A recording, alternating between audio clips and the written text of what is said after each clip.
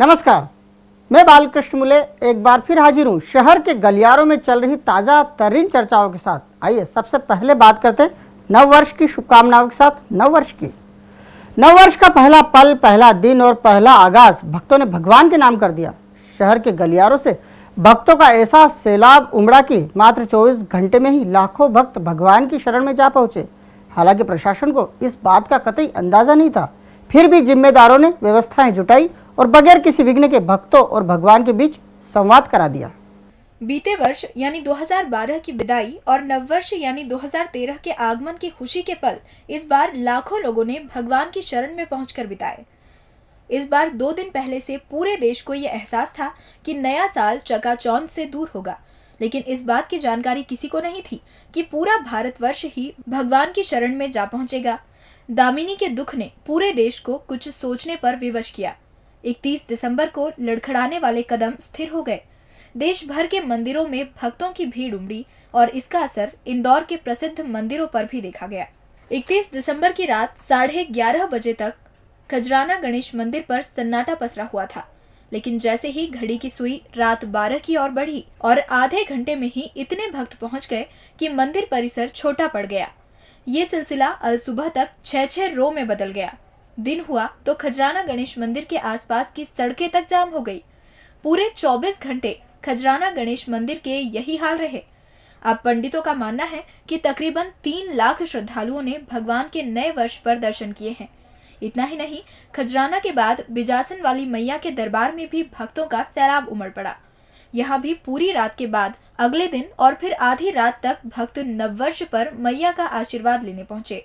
दोनों मंदिरों पर आई भक्तों की ये भीड़ पिछले वर्ष की तुलना में 3 गुना आकी गई। वैचारिक प्रदूषण के इस दौर में बहुतायत में भक्तों का मंदिरों की ओर जाना कुछ इशारा करता है। शायद इसीलिए 2013 को परिवर्तन का साल कहा जा रहा है।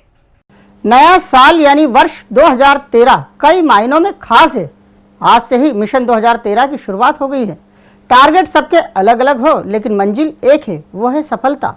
सबसे ज्यादा सक्रिय राजनीतिज्ञ है, क्योंकि उनके लिए ये साल महत्वपूर्ण ही नहीं बल्कि करों और मरों की पारी खेलने का है।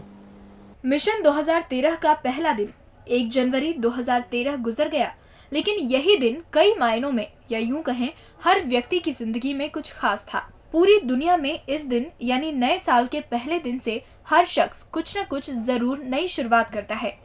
कोई बुरी आदतों को छोड़ता है तो कोई नई नई जिम्मेदारियों को अपने भीतर आत्मसात करता है। हर किसी की जिंदगी के लिए 1 जनवरी का दिन कुछ खास होता है। वो इस दिन की शुरुआत को 31 दिसंबर तक ले जाने की कोशिश करता है। ये तो हुई आम लोगों की बात।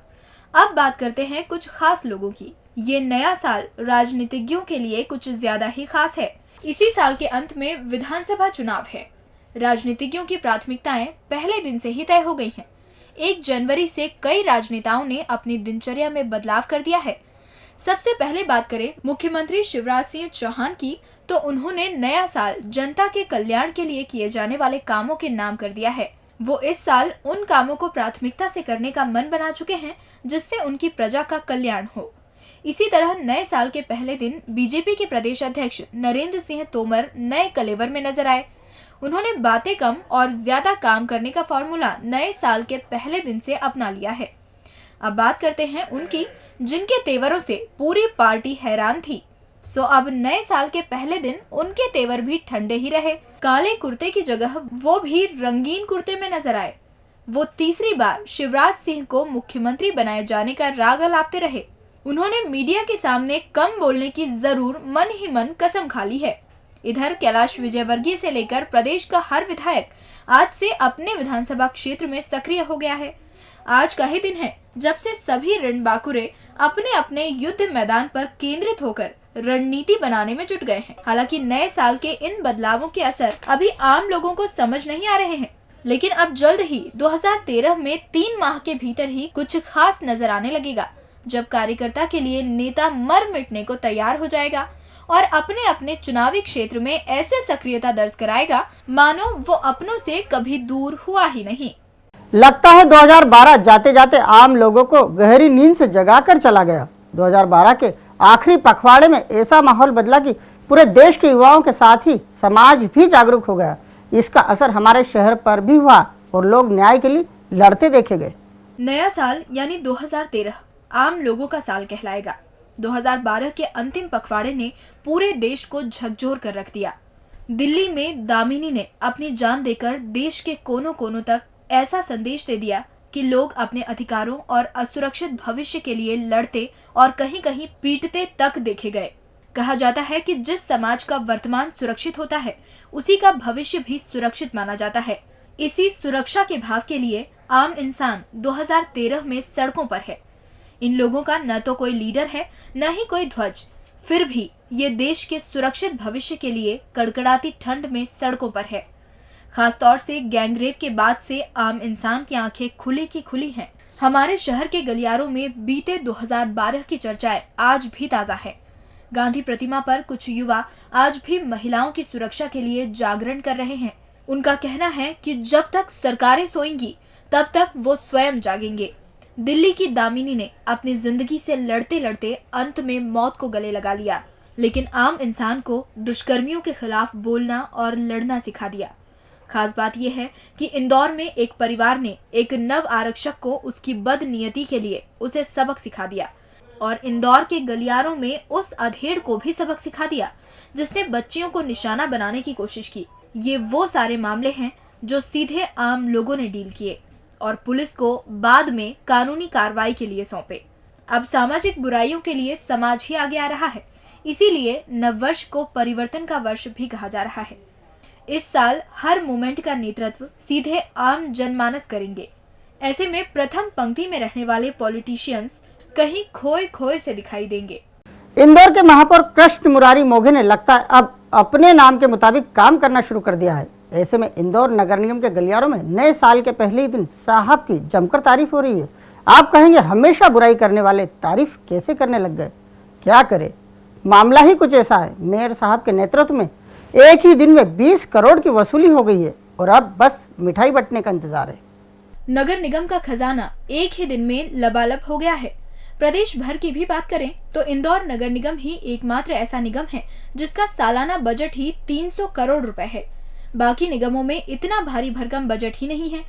एक खास बात यह भी है कि जितनी वसूली इंदौर नगर निगम 24 घंटे में करता है उतनी राशि तो बाकी निगमों की टारगेट राशि होती है। निगम ने पहले तो मेगा लोक अदालत का फायदा उठाते हुए पूरे 15 करोड़ रुपए की राशि वसूली। ये राशि निगम को जलकर और संपत्ति कर के रूप में मिली। बस इसी कदम से मेयर ऐसे उत्साहित हुए कि उन्होंने 15% सरचार्ज की छूट का जमकर प्रचार प्रसार किया और 31 दिसंबर के अंतिम 24 घंटे में 20 करोड़ रुपए के आंकड़े को छूने में कामयाब हो गए। अब मेयर सहित निगम का पूरा स्टाफ फूला नहीं समा रहा है। इस वसूली के पीछे निगम के सचिव अभय राजन गावकर और मेयर कृष्ण मुरारी मोघे की भूमिका महत्वपूर्ण बताई जा रही है। कहा जा रहा है कि हमेशा जो वाहवाही से बच जाते हैं, ऐसे मेहनती 300 से ज्यादा बिल कलेक्टरों को इस वसूली का सहरा बांधा जा रहा है। सबसे महत्वपूर्ण बात तो ये है कि पहली बार निगम के गलियारों में वसूली के बाद मेयर साहब यानी मोघे जी की तारीफ की जा रही है। यहाँ तक कहा जा रहा है कि साहब ने पहली बार अपने नाम के मुताबिक कोई काम किया है। सही भी है। 24 घंटे में 20 करोड़ रुपए की वसूली अपने आप में एक रिकॉर्ड है जिसकी जमकर तारीफ होना ही चाहिए। फिर मत कहना गलियारों में हमेशा बुराई ही की जाती है। और अंत में बात करते हैं मंडी चुनाव के बाद चल रहे अध्यक्ष और उपाध्यक्ष को लेकर घमासान की। मंडी चुनाव निपट गए, अब मंडी अध्यक्ष और उपाध्यक्ष के नामों पर चर्चाएं शुरू हो गई है। बीजेपी इस जोर तोड़ में है कि वो जिले की चारों मंडियों में अपनों को अध्यक्ष और उपाध्यक्ष बनवा दे, जबकि अपने हैं कि आपस में ही लड़ते भिड़ते नजर आ रहे हैं। मंडी में अध्यक्ष बनने के लिए नेता इन दिनों धोख पड़वा मना रहे हैं, यानी नेताओं का आशीर्वाद ले रहे हैं। मंडी चुनाव में बीजेपी को करीब करीब सभी जगह बढ़त मिली हुई है। ऐसे में ज्यादातर मंडियों पर बीजेपी कब्जा जमा सकती है। मंडी चुनाव के रणनीतिकार मानते हैं कि इसके लिए पार्टी को गोपनीय तरीके से काम करना पड़ेगा।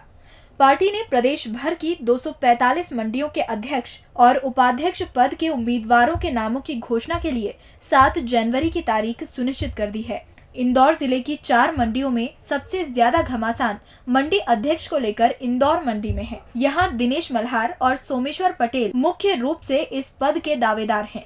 गांव के गलियारों में इस बार मल्हार को अध्यक्ष बनवाने का जोर है। जबकि 2 बार तक मंडी अध्यक्ष रहे सोमेश्वर पटेल हार मानने को तैयार नहीं है। मंडी अध्यक्ष रहे सोमेश्वर पटेल मंडी अध्यक्ष बनकर मंडी बोर्ड तक पहुंचना चाहते हैं। सोमेश्वर इसके लिए लगातार बड़े नेताओं की शरण में पहुंचकर धोख पड़वा मना रहे हैं। सोमेश्वर का साथ जीतू जिराती दे रहे हैं। इसके पीछे कारण भी स्पष्ट है। गांव के गलियारों में ये चर्चा मंडी चुनाव से पहले की है कि जिराती विधायक होंगे तो पटेल मंडी में बने रहेंगे। पहले ये दोनों नेता दूर दूर तक हुआ करते थे, लेकिन अब साथ साथ है। इधर इंदौर मंडी के दूसरे दावेदार का भी यही हाल है। मल्हार भी कभी ताई तो कभी भाई के बीच झूल रहे हैं। इन्हें दोनों का आशीर्वाद चाहिए, वरना मल्हार ने जिस पद की कामना के लिए लाखों का खर्च किया उस पर पानी फिर जाएगा। मल्हार भी सभी नेताओं को मंडी अध्यक्ष बनने के लिए धोख दे रहे हैं। कमोबेश बाकी 3 मंडियों के भी यही हाल है। यहाँ भी बीजेपी समर्थित उम्मीदवार चुनाव जीतने के बाद उस गणित को बिठाने में लगे हुए हैं जिससे कि वो मंडी अध्यक्ष और उपाध्यक्ष की कुर्सी झपट ले। कुल मिलाकर अभी बीजेपी में अंदरूनी स्तर पर जमकर राजनीति हो रही है, जिसके परिणाम 7 जनवरी को आएंगे। यही वो तारीख है जब ये तय होगा कि आखिर ग्रामीण राजनीति पर किस गुट की पकड़ है और किस की नहीं। गलियारों से के सभी अंकों को आप YouTube पर भी सर्च कर सकते हैं। गलियारों से के आज के अंक में फिलहाल इतना ही। ताज़ा खबरों के लिए आप देखते रहिए DG न्यूज़।